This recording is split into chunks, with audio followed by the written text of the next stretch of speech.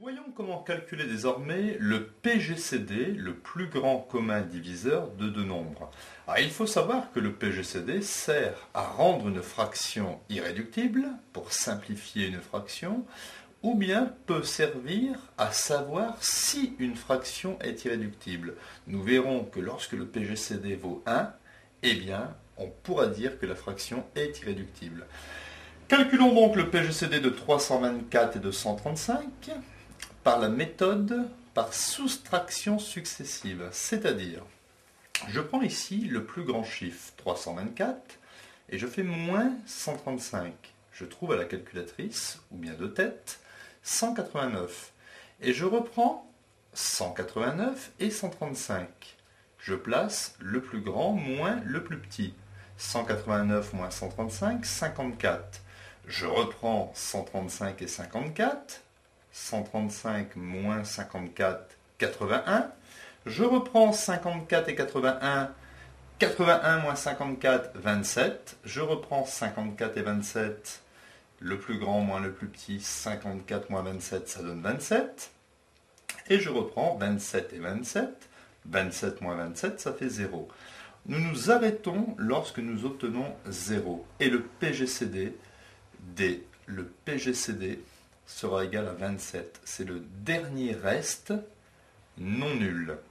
Donc nous pouvons écrire que le PGCD de 324 et de 135 est égal à 27 et encadrer le résultat. Simplifions désormais la fraction 324 sur 135 en la divisant en haut et en bas par le PGCD. Donc ça va me donner 324 divisé par le PGCD 27 et 135 divisé par le PGCD par 27. À la calculatrice, très facilement, 324 divisé par 27 me donne 12. 135 divisé par 27 me donne 5.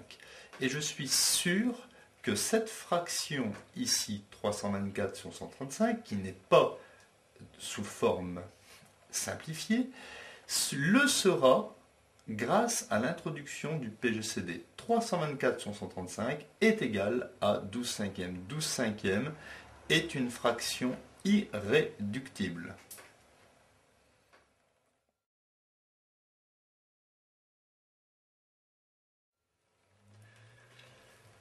Calculons le PGCD de 793 et de 305 par la méthode par division successive, en utilisant l'algorithme d'Euclide. À la calculatrice, nous avons une touche seconde reste qui nous permet d'avoir le quotient et le reste. Un exemple, nous tapons à la calculatrice 793 divise reste 305, j'obtiens 2 et le reste c'est 183. Je peux donc dire finalement que 793, ça sera 2 fois 305, 2 fois 305, plus le reste, 183. Mais il n'est pas indispensable d'écrire cela au BEPC, vous pouvez présenter ce petit tableau, cela suffit. Ainsi, je reprends ici 305 et 183. Le plus grand divise par le plus petit, divise reste, la touche divise reste. J'obtiens 1 et il me reste 122. Je reprends 183 et 122. 183 divise reste 122. J'obtiens 1 et il me reste 61. Et je reprends 122 et 61. 122 divise reste 61. J'obtiens 2 et il me reste 0. Le PGCD est le dernier reste non nul. Ici nous avons un reste nul, donc le PGCD c'est le dernier reste non nul, reste 61. Ainsi, le PGCD de 793 et de 305 sera égal à 61.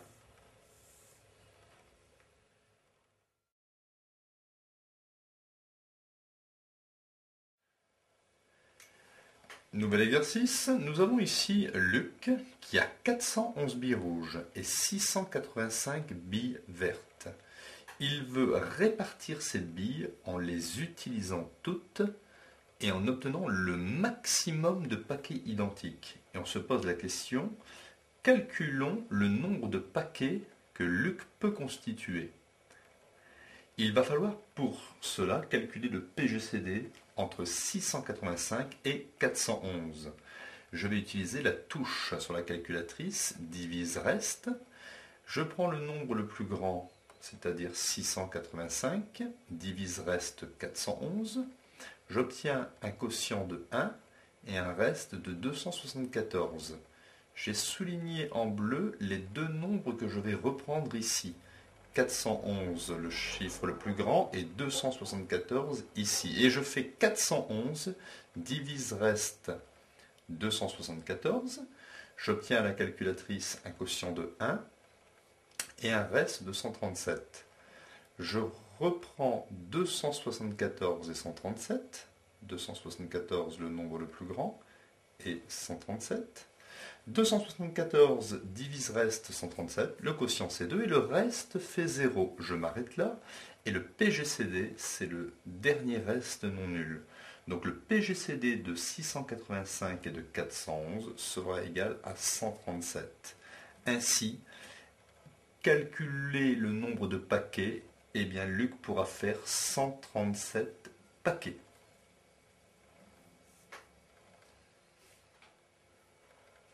On se pose maintenant la question, par paquet, combien y aura-t-il de billes rouges et de billes vertes? Nous savons qu'il y a 137 paquets. Nous allons prendre 685 billes vertes, divisé par 137, et nous obtenons 5.